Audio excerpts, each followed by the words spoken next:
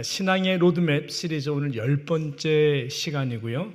오늘은 특별히 이 출애굽 가운데 가장 하이라이트 중에 하나인 이 10가지 재앙 사건에 대해서 말씀을 나누도록 하겠습니다. 말씀을 준비하면서 이런 질문이 있었고 또 이런 생각을 해보았습니다. 하나님 자체가 능력이신데 왜 꼭 10가지 재앙을 하셨어야만 됐을까? 그런 질문을 했고요. 아니면 그저 재앙 없이 출애굽하도록 하시면 안 됐을까? 그리고 재앙을 꼭 내리신다면 왜 10가지를 하셨을까? 그냥 한 번 정도 하시고 바로의 마음이 강팍하든 강팍하지 않든 그냥 출애굽하시면 되는 것이 아니었을까? 그런 생각을 해보고 또 그런 질문을 해보았습니다.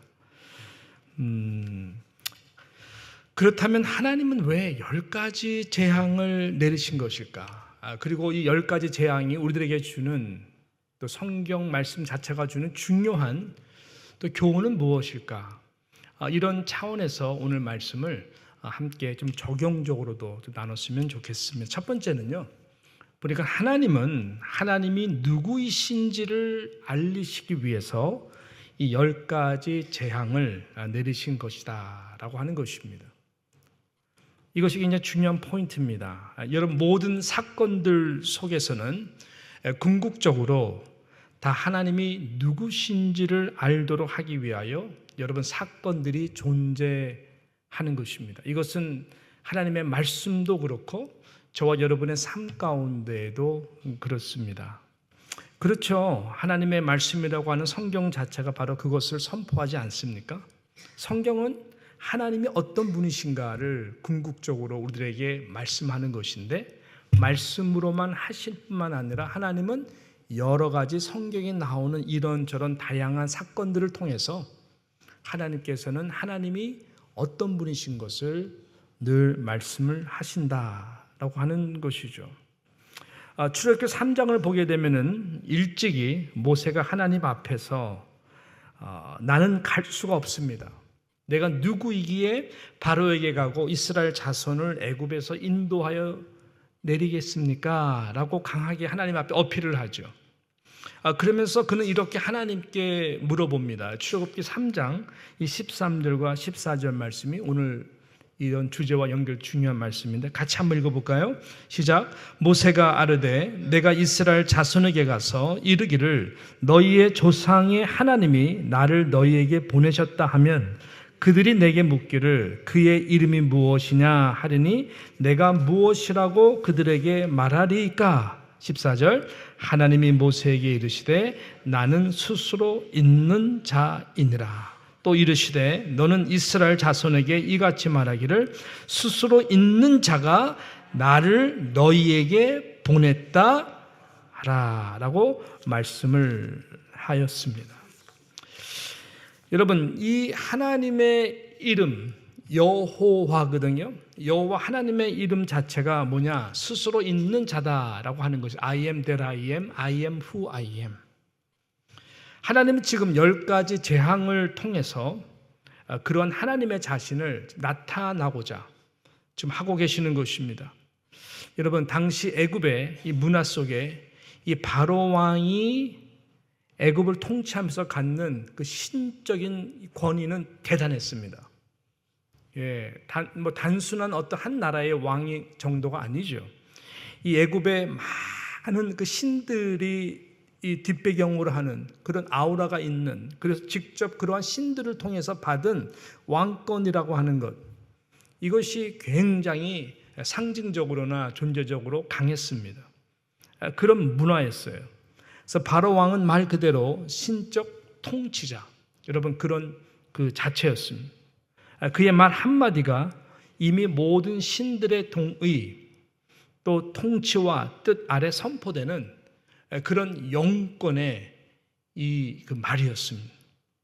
우리가 TV 역사 채널 다큐멘터리를 보게 되면은 저도 여러 번 보았었는데요.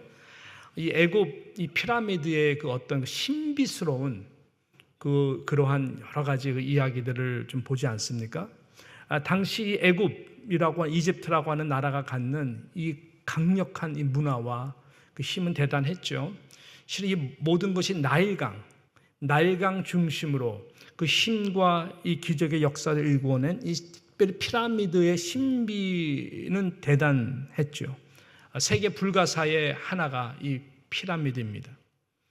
모세가 존재했던 당시에는 이미 이 카푸라고 하는 그 바로죠. 카푸라고 하는 바로를 통해서 이미 이 피라미드가 완성된 상태였습니다.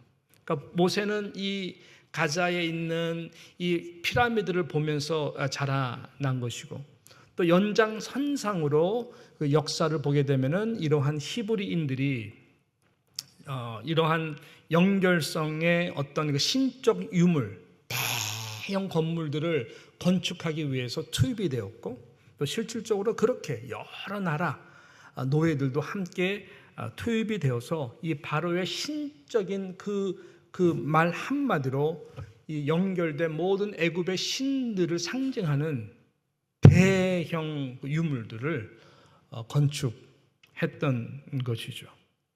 왜 또죠? 이런 것이 아닙니다.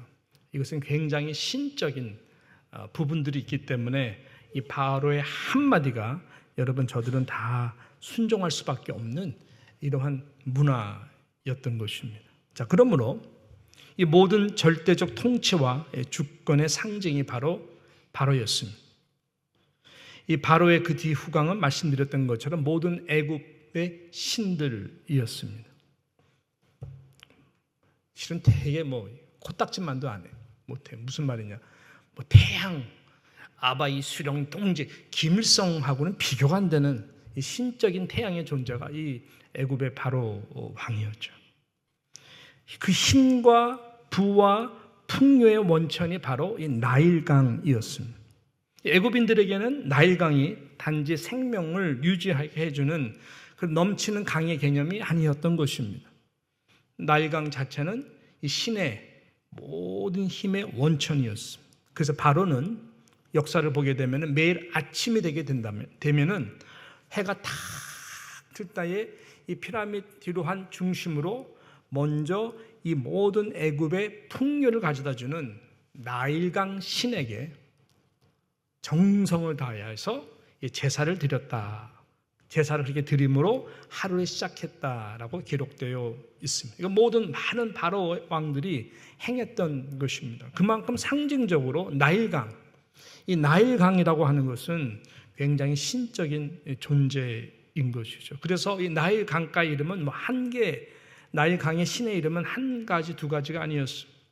대표적인 것만 해도 4-5개가 넘습니다. 하피라고 하는 신, 이시스라고 하는 신, 크놈이라고 하는 신, 소백, 오리시스라고 하는 이 신들의 이름이 다 나일강 신의 이름이었던 것입니다. 여러분, 이러한 맥락 속에서 지금 10가지 재앙 중에 첫 번째 재앙이 뭐죠? 오늘 읽었던 나일강이 뭐로 변했어요? 피로 변한 거예요. 중요한 것이죠. 하나님은 하나님 자신을 이 나일강의 신의 원천 중심으로부터 해서 쉽게 말하면 전쟁으로 말하면 가장 요충지, 헤드쿼터를 먼저 공격한 거예요. 무릎을 꿇게 한 것입니다. 그래서 모든 신들 위에 스스로 존재하는 여호와, 모세와 아론이 증거하는 바로 여호와 하나님이 하나님됨을 지금 나타내고 있는 것이다. 그래서 이것은 온 이스라엘 백성들에게 뿐만 아니라, 왜냐하면 그런 문화와 그런 우상의 문화 속에서 물들어 있었거든요. 그래서 웨이크업 컬이죠. 그뿐만 아니라 모든 바로를 비롯해서 애굽 사람들에게, 그리고 거기 와 있는 많은 노예된 세계 여러 디아스포라들, 그리고 모든 온 네이션 가운데에 바로 하나님이 참 모든 신 위에 뛰어나신 하나님이신 것을, I am that I am, 여호와 하나님이신 것을 나타내기 위해서 특별히 첫 재앙인 이 기적인 나일강가를 피로 물들게 재앙으로 치신 것입니다. 7일 동안 그렇게 하신 것이죠. 저는 이 10가지 재앙을 매주마다 하나씩 다룰 수도 없어요. 너무 시간이 길어지고. 또 이것을 하나하나 의미를 둬서 설교하기도 되게 벅차다는 생각을 들었습니다. 그래서 오늘은 이 10개의 이 재앙을 다 한꺼번에 묻는 것이 전체적으로 출애굽기를 진행하고 나아가는 훨씬 더 낫겠다 싶어가지고요. 그렇게 하는 것입니다. 그러나 제가 간단하게 말씀드리지만은 이 모든 이 10가지 재앙 속에는 애굽의 신들과 다 연결되어 있는 것입니다. 이 둘째 재앙이 뭐죠? 개구리였습니다. 헤게트라고 하는 신의 이름입니다. 출산, 번영의 상징인 신이 바로 이 개구리인 헤게트 신이었습니다. 그 다음에 셋째는 게부라고, 게부는 땅의 풍년을 상징하는 이 바로 이 게부의 이의 재앙이었습니다. 넷째는 슈, 이 공기와 호흡을 다스리는 신에 상징하는 파리를 말을 하는 것입니다. 그 다섯 번째는 힘과 풍요를 상징하고 있는 하토르 아피스라고 하는 여러분 황소, 황소를 상징하는 이 악질의 병으로 이 가축을 다 죽게 하죠. 여섯 번째는 이 악성 종기로 말씀하고 있는 이것은 셰크메트 이시스라고 하는 치로, 이 치로의 이 신을 상징하는 것을 또 타파하는 재앙이었습니다. 일곱 번째는 우박이죠. 누투라고 하는 하늘의 신을 말하는 것입니다. 여덟 번째는 메뚜기였었어요. 이것은 오리시스라고 하는 곡식의 신을 타파하는 것이었습니다. 합본 좀 작게 해라. 자, 그 다음에 아홉 번째는 흑암이었습니다. 흑암이라고 하는 라, 태양신이죠. 그리고 호루스라고 하는 이 태양신들에 대한 이 타파하는 것이. 해를 주관하시고 다스리시는 누구라고요? 여호와 하나님이신. 하나님 자신이 다른 신들보다 강하고 강력하며 참신이고 통치자이고 다스리시는 스스로 있는 여호와 하나님인 것을 증거하고 있는 것입니다. 이 당시 애국 고대 문화를 보게 되면은 이 세 번이 맥시멈이었어요. 보통 한국말에 3세번이라는 말이 굉장히 그 역사적인 아주 그 근거가 있는 말이야. 3세번. 세 번인데 세 번을 세 번 했잖아요. 세 번 재앙으로 끝난 것이 아니라 세 번을 세 번으로 해서 9번이라는 것은 맥시멈 중에서 맥시멈이라는 그러한 이 고대 근동, 특별히 애국 이 문화 속에서의 당시에 이게 맥시멈이에요. 그러니까 9번째로 다 끝난 거예요, 원래는. 9번째로 끝나야 되는데 바로가 말을 안 듣잖아요. 그러니까 하나는 엑스라기보다 화렴점정이라고 하나요? 그래서 마지막은 그거는 어떤 그 하나님께서 이제 마지막으로 화렴점정하는 10번째 딱 재앙으로 해가지고 끝내시는 것이죠. 장자를 치시는 것입니다. 가장 중요한 이 생명과 죽음으로 신을 여기는 그 샬케트 베스라고 하는 그 신을 갖다가 완전히 다 다스리시고 통치하심으로써 다 끝내는 것이지. 이 모든 것들이 오늘 모든 것들이 우리가 몇 구절을 한번 좀 이제 봐야 되는데요. 모든 것들이 다시 말씀드리지만 여러분 오늘 7장 17절에 뭐라 그러죠? 여호와가 이같이 이르노니 내가 이로 말미암아 뭐예요? 나를 여호와 스스로 존재하는 자 하나님의 이름 여호와인 줄 알리라. 볼지어다 내가 내 손에 지팡이로 날강을 치면 그것이 피로 변하고 이것이 시작이었어요. 예를 들어서 또 8장 22절 말씀이 또 은혜스러운 말씀인데요. 8장 22절 8장 앞에 나올 텐데 22절 같이 함께 읽겠습니다. 시작. 그날에 나는 내 백성이 거주하는 고센 땅을 구별하여 그곳에는 파리가 없게 하리니 이로 말미암아 이 땅에서 뭐예요? 내가 여호와인 줄 내가 알게 될 것이라 라고 말씀했어요. 다 연결이 되죠. 근데 분명한 것은 내 백성이 거주하는 고센 땅에는 하나님께서 다 구별을 시켜주셨어요. 그러니까 우리가 얼마나 축복받은 존재입니까? 할렐루야. 우리가 이런 하나님을 섬기는 거예요. 아멘. 그래서 내가 여호와인 줄 알리라. 다시 말씀드려요. 모든 사건에는 무엇이 담겨져 있어요?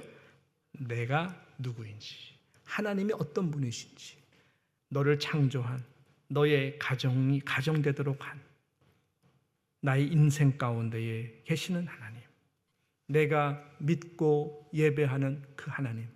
하나님은 여러분의 모든 삶 가운데에서 당한 여러 가지 재앙이라고 생각할 수 있는, 때로는 고난이라고 생각할 수 있는, 도저히 이해할 수 없는 시련의 시간들까지도 통해서도 이것은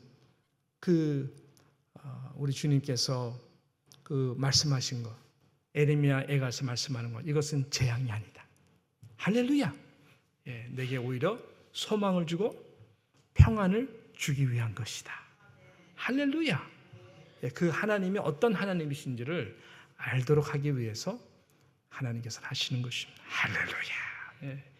이것이 하나님의 심정인 것입니다. 그래서 문제 속에 때로는 어떤 사건, 때로는 통해서도 이 모든 것이 하나님이 어떤 나타내기 위하여 주시는 것이죠. 이런 결국 통치하시고 다스리시는 살아계신 그 하나님을 끝까지 믿고 나아가시는 저와 여러분 되시기를 축복합니다. 우리가 당하는 고난은요, 세상 사람들이 당하는 고난하고는 구별되어 있어요. 하나님께 구별하세요. 할렐루야. 이것이 첫 번째로 주는 중요한 포인트이고요. 이 마지막 끝으로 10가지 재앙이 주는 중요한 교훈이 있습니다. 그것은 뭐냐 봤더니 설득을 통한 이 순종의 복을 주시기 위한 것이, 설득을 통한 순종의 복과 불순종의 결과를 분명하게 보여주기 위한 이 하나님 아버지의 거룩한 뜻이 이 가운데 있음을 우리는 보게 된다라고 하는 것입니다. 여러분, 저는 이것이 결국 성경이 우리들에게 하나님의 말씀이잖아요. 성경이 말씀하고자 하는 너무나 중요한 이 메시지인 것입니다. 나중에 신명기 8장을 보게 되면은 하나님이 왜 40년 동안 이스라엘 백성들을 삥삥 돌리셨는가 나오잖아요. 순종하는지 안 하는지 알기 위해서. 사람이 떡으로만 사는 것이 아니라 나 여호와 입에서 나오는 하나님의 말씀으로 살도록 하기 위한, 하나님께서의 그 모든 경륜 가운데 우리 신앙의 로드맵 속에서 하시는 말씀인 것입니다.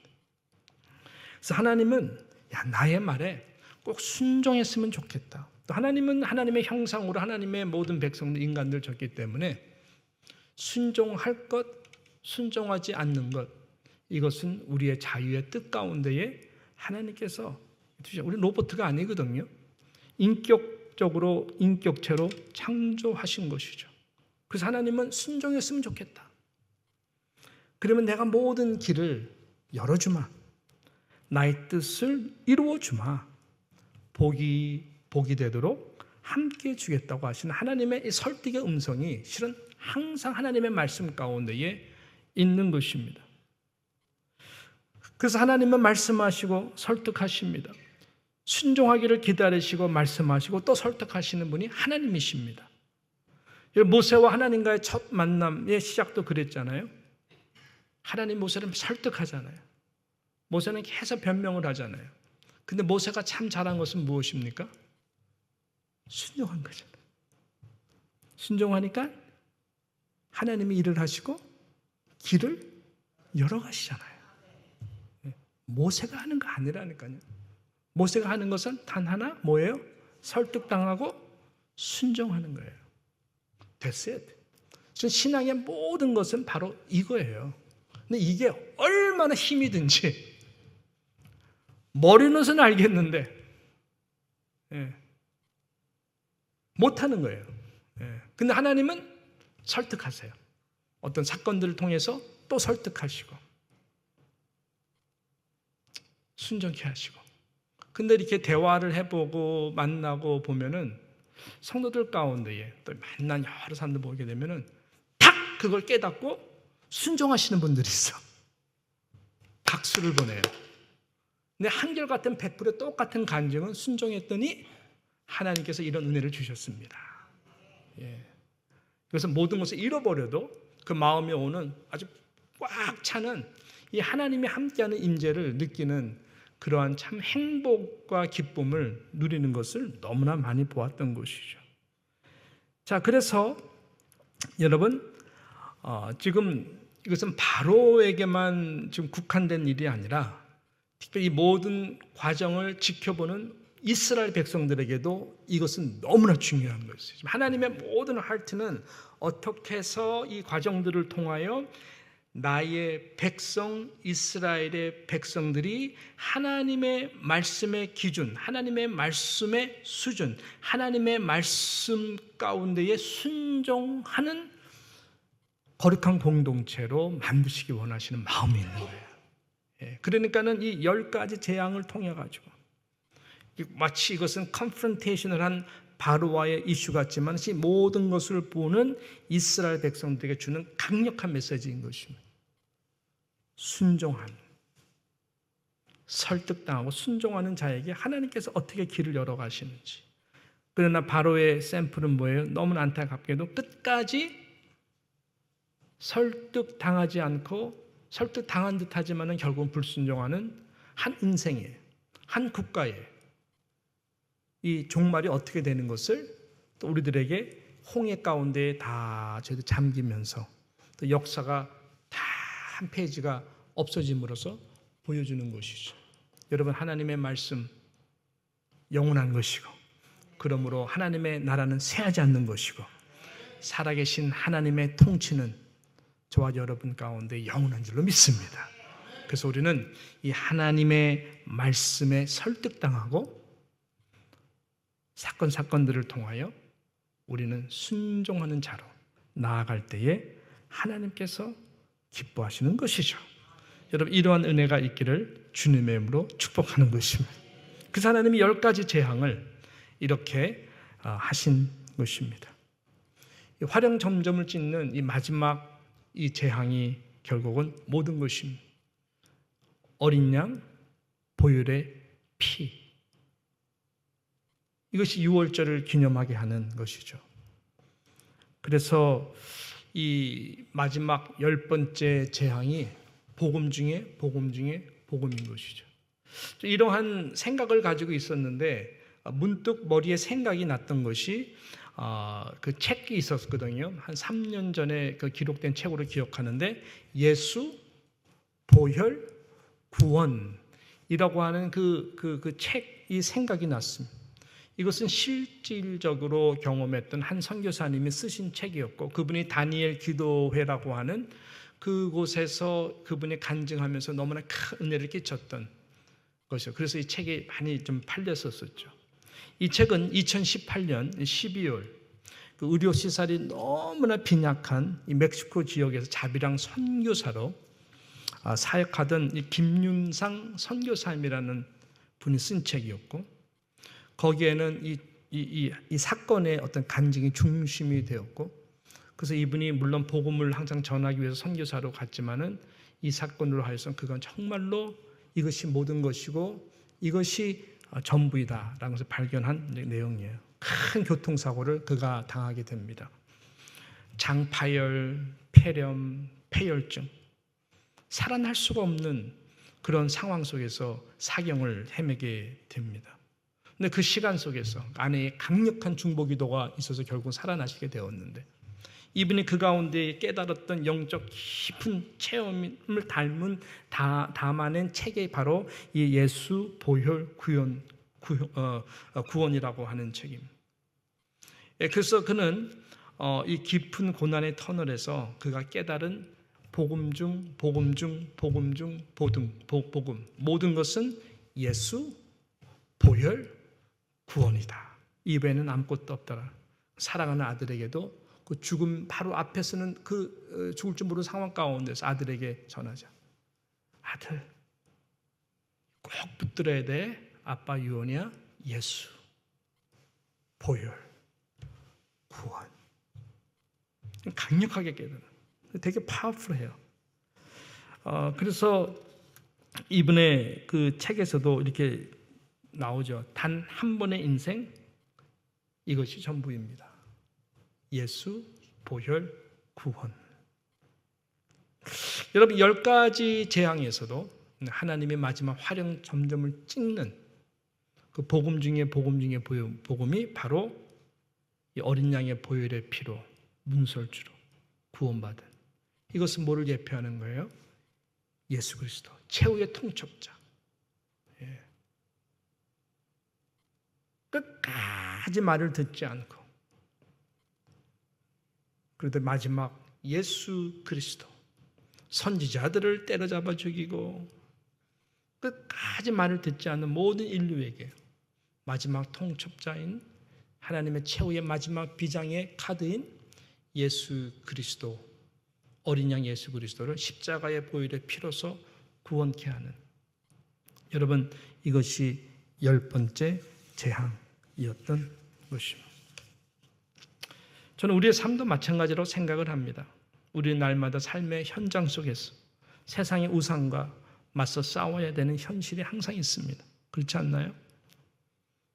그래서 우리는 바로가 마치 나일 강가에서 날마다 아침마다 세상 사람들이 세상의 부의 신에게 절을 하면서, 맨하탄 가보세요, 다운타운 가보세요, 월스트리트 가보세요, 뭐 정신 하나도 없잖아요. 다 모두가 주식이 올라가고 내려가고, 다 이거 어떻게 되고 어떻게 되고. 우리는 어떻게 하루를 시작해야 될까요? 어떻게 하루를 시작해야 될까요? 오직 예수 그리스도의 보혈의 피를 의지하고 나아가야 될 줄로 믿습니다. 하나님의 설득하시는 그 말씀 앞에 순종하고 한 걸음 한 걸음 나아가면 하나님께서 저와 여러분의 모든 삶 가운데에서 개입하여 주시고 일을 하시게 될 것입니다. 이 은혜가 항상 있기를 축복합니다. 순종이 제사보다 나은 이유는 예배가 되는 결론이 순종이 있기 때문에 그런 것입니다.